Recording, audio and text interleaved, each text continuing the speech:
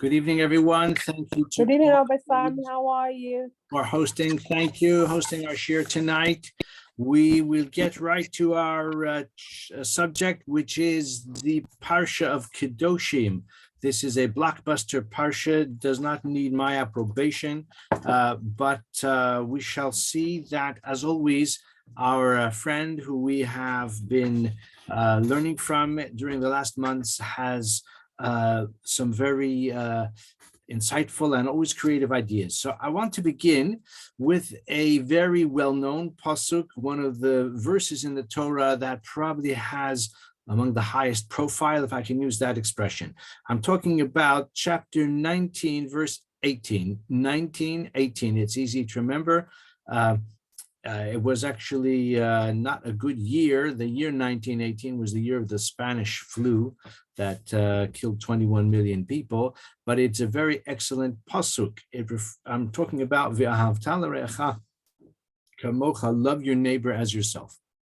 This, as I said, is one of the very well-known, very foundational psukim in the Torah. It's not just my, opinion. Rabbi Akiva says that klal gadol b'Torah, which Rashi quotes as well. So, okay, very well known.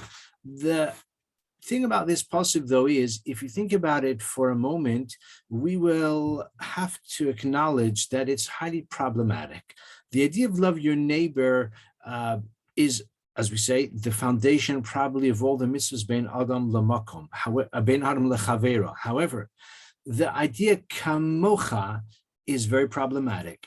Is it really possible? Does the Torah really mean to say that a person should love his friend, his neighbor, even just a co-worker or a casual acquaintance or a stranger, to the same extent that he loves himself? This is highly problematic. So I want to tell you what ve-ha-Kabbalah says about it. He's quoting a very interesting sefer, at one time was highly influential, called Sefer Habris. It was published in 1797. The author is called Pinchas, I think, Horowitz, and he was from Vilna. And in 1797, he published this sefer, which was reprinted 40 times. 40 times it was reprinted, also in Yiddish, also in Ladino. And it's a fascinating book, and ve-ha-Kabbalah quotes him quite often. As I've indicated, at one time it was very influential, very popular. It's lost some of its, a lot of its popularity. I don't know whether you've even heard of it, but okay, a very interesting book. Let me tell you what he says. The meaning of this pasuk is, kamocha means that the same expectation that you have of a friend, let's say you have a good friend and you would hope and you would expect that there are certain things that he would do for you. He would treat you with compassion, with generosity, with honesty, with integrity, with sympathy. You would hope that he would judge you favorably. He would not demean you, or he would not malign you. He would not insult you. He would not ignore you if you want to talk. The expectations that we would have of a friend, the same way that I would expect and hope a friend would act towards me, I have to act that way towards him and towards every Jew. This is an achievement. This is like a level which is accessible, which doesn't demand of a person something which is essentially beyond his grasp. The idea of love your neighbor in the same way that you love yourself, to the same extent. Whatever you do for yourself, you should do for him. Whatever you want for yourself, you should just give that to every other person. Firstly, as Ramban says, it's contrary to human nature. It's also contrary to the halacha, because halacha says that chayecha kodmin lechaye chaverecha, your life comes first. So says the ve-ha-Kabbalah, quoting this Sefer Habris, just like I would not like someone to regard me as inferior and to treat me in a callous or demeaning way, I must do the same for others as well. These are expectations which are realistic. I would like a friend to lend me 10 pounds if I find that I don't have money for some purpose. Nowadays, you've got your credit card or your Apple Pay or something like that, but it could still occur. You might need a loan for it till tomorrow. I would hope a friend of mine would loan me 10 pounds or maybe 50 pounds even. But it doesn't mean that I would expect a friend to loan me or to give me a grant of £1,000 or to sign over his investment portfolio to me, or to give me his house and the basement and the attic and all of his furnishings, everything that belongs to him, and his pension account, his pension plan that he's been contributing to for all of these years, that he would sign it over to me. It would be ridiculous for me to expect someone to do that for me, nor, says the ve-ha-Kabbalah, does the Torah expect a person to do that for someone else. That is what he does for himself. He naturally has to look after his own interest. I put it slightly differently. Every living organism has a survival instinct. It is a biological imperative. And again, this is part of human nature as well. It says ve-ha-Kabbalah, he says this saves us. I'll just read you a few words. He says, the ideas of taking it literally, that this, he says, livroach min hametzar hazeh baruchu v'naflu b'duchukim amukim, to escape from this difficult problem of understanding, interpreting the word kamocha as yourself. He says the different Mefarshim have fallen into deep waters where they can hardly escape from them. And he says, like Ramban says, it's derech haflaga v'guzma. It's just an exaggeration. Now, it could be that, that is one approach. It's difficult to say about a mitzvah that the Torah is so imprecise with its language that it uses terminology just to sort of impress on the reader the importance of the matter, which is not really intended to be taken literally. Difficult. That's what Ramban suggests, but it's difficult to interpret it that way. He mentions another approach. Love your neighbor as yourself. So if I love horses, or if I love dogs, or if I love cats, so I should give that to a friend. Well, maybe my friend doesn't like horses, or he doesn't like cats, or he doesn't like dogs. Maybe I love pets. I'm an animal lover. So I should give it to a friend, for his birthday, or even some other occasion. He doesn't want them. It's difficult to say that you should do for other people what you like to do for yourself. Maybe they like different things. Of course, probably the meaning is that the sorts of things which every person appreciates and every person likes, that's what you should do for your neighbor. But if you take it literally, you've got these issues. So says ve-ha-Kabbalah, this is the interpretation. And he adds on something very beautiful, very elegant. Kamocha means like you. Kamocha, of course, we know that. He suggests there's a pun here. There is a dual meaning. The word kamocha, of course, derives from the word kama, as, like kumo. He says, but the word kama, chaf mem he, has another meaning as well. Of course, the word kama means how much, but it has another meaning, a more elegant meaning, perhaps. And that meaning is to crave, to desire, to yearn, to pine. Like the pasuk says in Tehillim, kama lecha besari. What's this pasuk? Yeah, it says, kama lecha besari, my flesh yearns for you. Or we sing in Yedid Nefesh, Kize kama nichsof nichsafti. My soul yearns for you. It's a very beautiful, very compelling, very stirring word. Kama, it means to yearn or to pine. He says, there's a pun here. He doesn't mean it, in a humorous way, saying the Torah is hinting that the meaning is the same things that you desire, that you pine for, that you hope for, that you yearn for from your friends, how they will treat you. You've got to treat them in the same way. As I say, again, this is an achievable and accessible standard, which nevertheless, is not to be taken for granted. If we are honest with ourselves, how often do we treat others in a way which we ourselves would not like to be treated? And we fall short in our behavior towards others of the standards which we would like and hope that they exhibit for us, towards us. Okay, this is an insight and a novel, a creative approach, but I think it's quite close to the pshat. V'ahavta l'reacha kamocha. Of course, as we said, a very well-known pasuk. Here's another pasuk that's quite well-known, and Kabbalah has a brilliant insight into the etymology, into the derivation of the word. And I know I've mentioned sometimes that I never thought of this, and occasionally I say, I thought of the question, but I never thought of the answer. I think it's very rare that I ever say I thought of the question and the answer. If that were the case, then I don't think I'd be telling you about it in the shiur. We're looking at novelty here. Here's a question that has occurred to me very many times, perhaps occurred to you as well. I'm looking at Perek Yud Test, later on in our same chapter, chapter 19, verse 32. So here the Torah is speaking about honoring and showing respect or even reverence for our elders. The Torah says, "Mipnei seva takum v'hadarta pnei zakein." You shall, in the presence of an old person, you shall rise, and you shall honor the presence of a sage. Hadarta pnei zakein.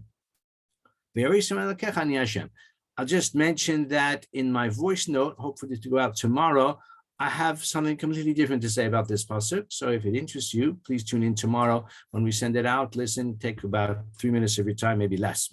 But tonight, I want to tell you something different from Kabbalah.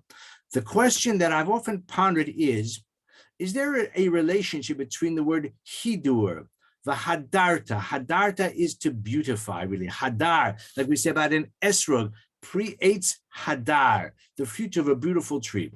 Hadar means to beautify. Hidur mitzvah is to beautify, to aggrandize. V'hadarta b'nei zakein, it means that you shall treat an elderly person with respect, bring maybe beauty to his face, make him feel as if you value him, you respect him because of his seniority alone, in addition to the wisdom which he will have amassed. By the way, is applicable to a woman equally as well. One should show respect to an elderly man or woman equally. V'hadarta pnei zakein. Is there a relationship between the word hadar, as we've explained it now, which means beauty and to enhance, and the Aramaic word hadar, which means to return? Or it means, as we'll see in one moment, it means to desist. So in Aramaic, the word hadar has the meaning of to retreat or to desist. If you're planning to do something, you want to do something, and then you refrain from doing so. The word should be familiar to us, certainly to the Talmudists among us who have attended a Siyum Masechta, when we celebrate the conclusion of the study of a tractate of the Talmud. So we have what's called a Hadran, and we say the words Hadran alach Masechta Shavuos, Hadran alach Masechta Sota. Or if you finish a whole Seder of the Mishnah, as the Daf Yomi students did a few months ago, Hadran alach Seder Moed, we will return to you. Hadran alach, we will return to you. The word Hadar means to like repeat or do something again. Says Ksavak, is there any relationship between those words? And I never thought, or I never succeeded in understanding how there's some common feature among them. I thought, well, the Aramaic and the Hebrew are completely unrelated, which is unusual because they are cognate languages, and sometimes the recourse to the Aramaic can shed light on the Hebrew. And here, Ksavak Kabbalah says this is true in our instance as well. He says, Hadar means to desist or to retreat out of respect or awe. And like it says, Vidal lo sehedar berivo. Vidal, a person who is downtrodden, lo sehedar. So the usual understanding is, do not show respect to him, berivo, when he has a dispute. It's addressed to the judge. A judge should not show favoritism. Of course, it would be very nice to find in favor of the poor and to require his wealthy disputant to pay him or to cause the poor person to get some payment or pay out the compensation. That's great if the law justifies it, if the facts justify it. But the pasuk says, "V'dal lo sehedai b'rivo." In his dispute, do not show honor to the poor person because you want to help him out. Or there's another pasuk, essentially the other side of the coin, which we had in our. By the way, that pasuk "V'dal lo sehedai b'rivo." If you want to make a note, if you want to look it up, it's in Exodus 23. Verse 3. But here we have in our Parsha Kidoshim, just a few verses earlier, in verse 15, in our same chapter 29, our chapter 19, verse 15, V'lo sehedar penei gadol. And Rashi says that a person shouldn't think, how shall I shame or embarrass him and hand down a ruling that he is in the wrong when he is Migidolei Ha'ir, he's one of the great people of the town. It would be so humiliating for him. So I'm going to show him some respect. You're not allowed to. The judge is not allowed to do so. Lo sehedar penei gadol. In both of these instances, a person might be inclined, he might feel there's good reason to show respect, to help out the poor man, or to show respect to the wealthy man, to the great man, maybe to the learned, maybe to the righteous man. But on this occasion, he is in the wrong. So therefore, the Torah says, sehedar, meaning desist, retreat. You might think that you might be inclined to act maybe instinctively. You'd like to rule in a particular way because it's more appropriate for the nature of the personalities involved. That's wrong. Justice has to take its course. So therefore it says, sehedar, lashon of hidur, the meaning is that to like retreat and to desist. Then he adds on a beautiful further thought. If you look at, I made a bracha earlier.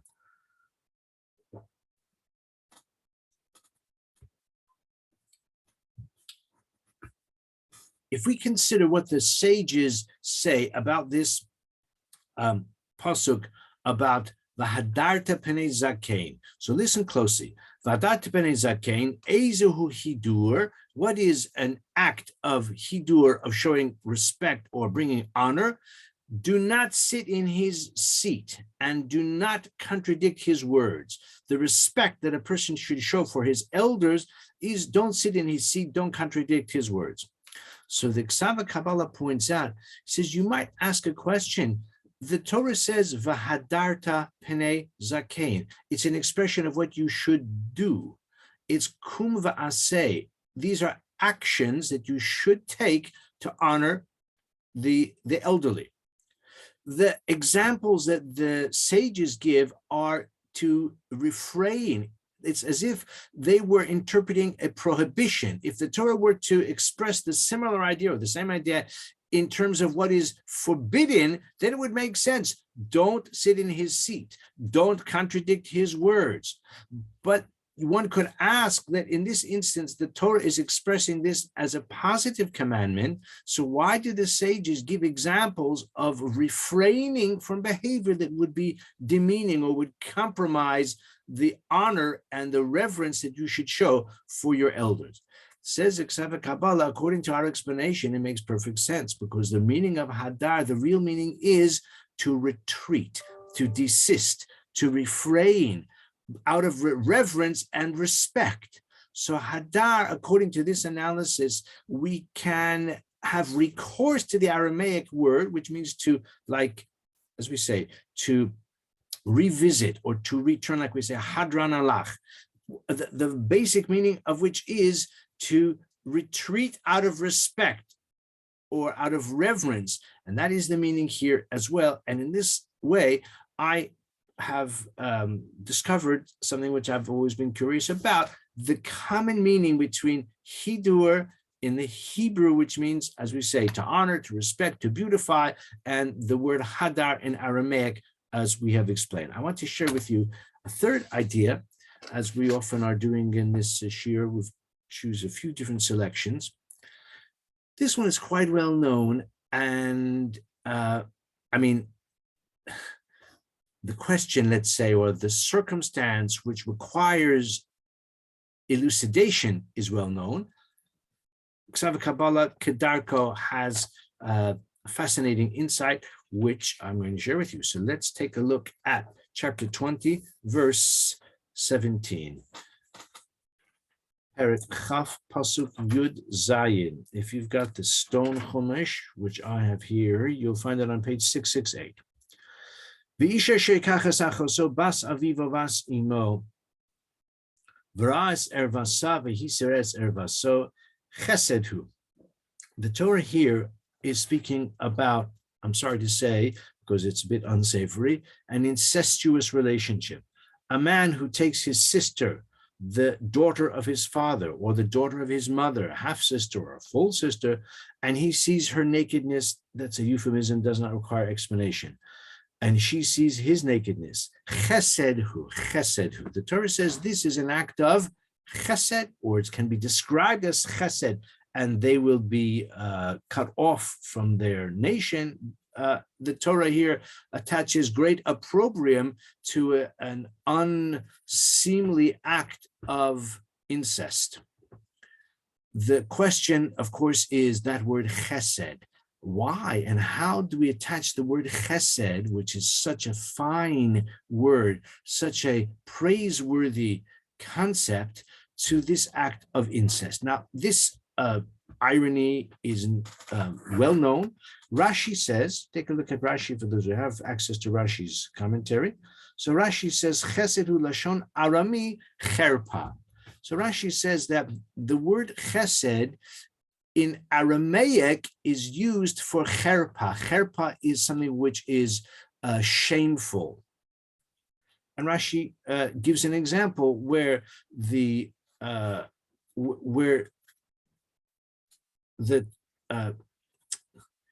Torah says that for a Jewish woman to marry a man who is uncircumcised, cherpa hi lanu. That's what the sons of Yaakov said about Dinah vis-a-vis her proposed shidduch with the Shechem ben Hamor. So they said, we cannot allow our sister to marry a man who's uncircumcised. That's what the Torah says, cherpa, and the Aramaic translation is chasuda, as Rashi says. And then Rashi says in Medrash as well that it was a kind of chesed that Hashem allowed Cain to marry his sister, from which the world was developed, because Adam had sons, must have had some daughters that we don't know about, but they were sisters to the brothers. Okay, that's a drash of Rashi. Of course, the irony is obvious that the word chesed, which is such a positive word, seems to have a dual meaning. It also means cherpa, which is disgrace, which is an expression of shame. ve-ha-Kabbalah says that right here, Targum Onkelos renders it kalana, kalon. Again, it means disgrace and the like. The problem is, we do find words in Hebrew that have two opposite meanings. We do find such a thing, but Ramban is very troubled by it. Ramban says, rachok, shechesed b'lashon HaKodesh, mishamesh behifuchim ka'ele. It's difficult, it's far-fetched, says Ramban, that the word chesed in the Hebrew language has a meaning which we are familiar with, and also the opposite meaning. Now, there is an explanation to this, which I mentioned in the past over the years, that chesed means an act of giving, of sharing, of like a giving of oneself. That this is chesed. In this instance, we're talking about incest, and in a generic way, we're talking about sexual excess, indulgence, and impropriety.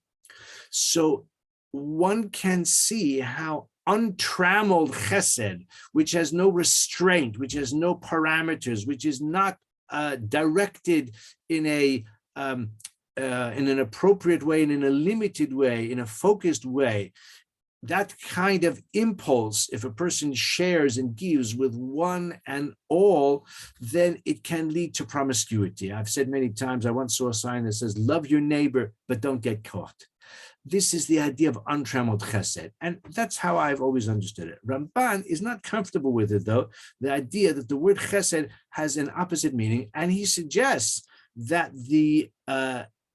he says the Torah in many places praises and lauds the quality of chesed. We even say about Hashem, v'rav chesed ve'emes. Chesed is the highest quality. Titen emes liYaakov, chesed la'Avraham. The words of Tanakh, the books of Tanakh, are suffused with praise for the quality of chesed. Ramban is not comfortable with the idea that has the opposite meaning as well.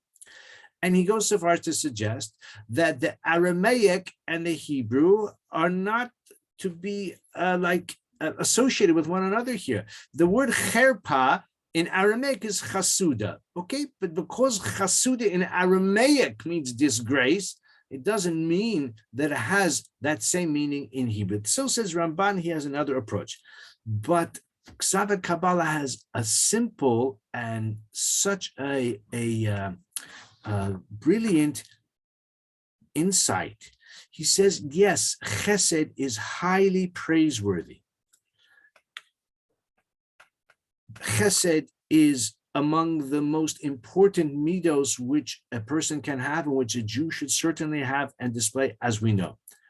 But that is from the perspective of the one who is the mashpia, the one who provides, the one who gives, the one who bestows the act of chesed and benevolence. However, from the perspective of the recipient, of the beneficiary, from his point of view, it's a cherpa, it's a shame. It is shameful for the recipient.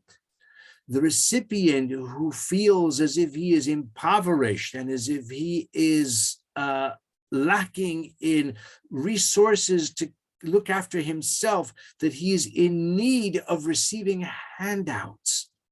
Says ve-ha-Kabbalah, he's quoting the Ramchal. It's actually found in Yerushalmi as well. Man da'achal delav dilei, a person who eats from food which is not his, bahil li'istakuli be'apeh, he is ashamed to look at the face of the one who gives him. We have the expression nahama de kisu, for the bread of shame. So says the ve-ha-Kabbalah, chesed, there are two sides to the chesed coin. The giver is to be praised, highly praised, and that's a quality to which we should all aspire, which we must all manifest. But there is another side to the picture as well for the recipient. And again, the giver can give in a way which minimizes or even eliminates the shame or the sense of inadequacy felt by the recipient.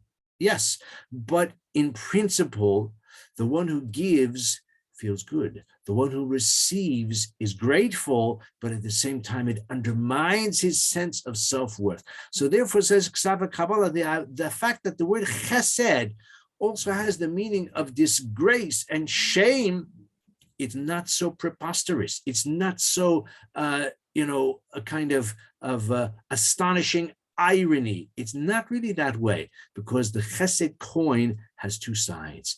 The chesed, which is the praise of the giver, but there's also the shame from the side of the recipient as well. So just to review in the minute or two we've got left, we spoke about ve'ahavta l'reacha kamocha, an approach which is, I think, very close to the pshat, that you shall love your neighbor as yourself. It doesn't mean you should do everything for him that you do for yourself. It doesn't mean that you should love him equally to the way you love yourself, which is contrary to human nature. It's also contrary to the halacha, by the way, because chayecha kodmin.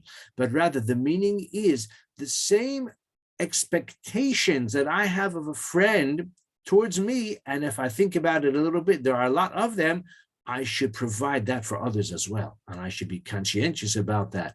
And I should have the same expectations of myself that I have of others or another person whom I regard as my good friend. And that is a standard which is achievable, and yet it requires, I would suggest, maybe for some it comes naturally entirely, but it requires a conscious awareness to be alert to the recognition that I need to treat others with the same expectations, that the expectations I have of my friends, I must be a friend to others in that way as well. We said kamocha related to the word kama, which means to yearn or to pine, kama lecha besari, as it says in Tehillim. And then finally, the middle one, we said ve-hadarta penei zakein. The word ve-hadarta means to beautify or to bring a beauty to the face of a distinguished person, but it's related to the Aramaic hadar, which means to return or to desist, to retreat. So if I might be inclined to do something to treat an elderly person like a peer, or maybe to be dismissive of him, ve-hadarta, retreat and desist from such behavior, and rather recognize the reverence and the respect which is due to those who are older and no doubt wiser than us as well. So thank you again for listening, and wish everybody Shabbat Shalom.